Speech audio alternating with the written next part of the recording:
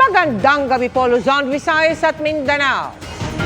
Pinaulanan ng bala ang isang barangay hall sa Arayat sa Pampanga na ikinasawi ng mismong kapitan doon. Politika ang isa sa mga tinitignang motibo ng pulisya sa krimen dahil plano umanong tumakbo ng biktima bilang vice-alkalde sa darating na eleksyon. Labis ang pagluluksa ng kanyang mga mahal sa buhay, maging ng kanyang mga nasasakupan.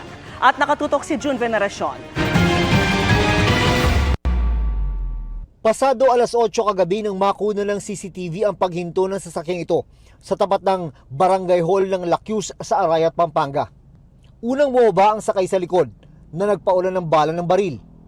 May inaasinta pa ang gunman sa may pintuan ng barangay hall.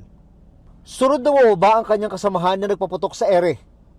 Lumakad pa ang gunman habang napakaripas ng takbo ang mga residenteng nasa labas. Ang pamamaril na yan, ikinasawi ng kapitan ng barangay Lakyus na si Mel Lumbang. Dahil barangay captain si kapitan, so yung motive nito is malamang kasama talaga yung politika dito. Plano niya based sa mga tao doon at parang tatakbo ng vice mayor sa darating na halalan. Nakaupo daw sa silya na ito si Kapitan Mel Lumbang ng pagbabarili ng gunman. Makikita pa rito sa kanilang barangay hall yung mga iniwang tama ng bala mula sa sinasabing M16 rifle na ginamit ng salarin. Sabi ng pamilya ng biktima, 6 na tama ng bala ang tinamo niya sa likod, 3 naman sa harap. Dinala pa siya sa ospital, pero doon din binawian ng buhay. Sabi ng pamilya ng biktima, may napansin ang kanilang mga kalugar na may mga hindi pamilyar na mukha at sasakyan ang kanilang nakitang dumadaan sa barangay bago ang pamamaril. Dito po, parang ang politika talagang mabigat po tuwing sasapit po ang election period. Ganyan po ang nangyayari dito sa bayan po namin.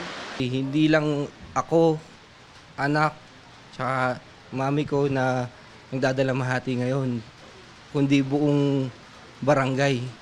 Hanggang ngayong hapon ay may ilang basyo pa ng bala ng M16 rifle ang nakuha sa paligid ng barangay hall. Nagluluksa ang mga kabarangay ni Kapitan Lumbang. Nakita ko siya rito, nakaigahan. May dugo dito. Iyakan nga yung mga tao kasi hindi nila expect na yung kapitan ganun ang gagawin. Bago siya napatay, sabi ng pamilya ng biktima, nakaligtas na sa 2 ambush noong 1999 at 2001 si Kapitan Lumbang. Bumuo na ng Special Investigation Task Group para tutukan ang kaso. Based on our investigation, yung 3 bodyguard ni kapitan is nakapag-retaliate pa, no?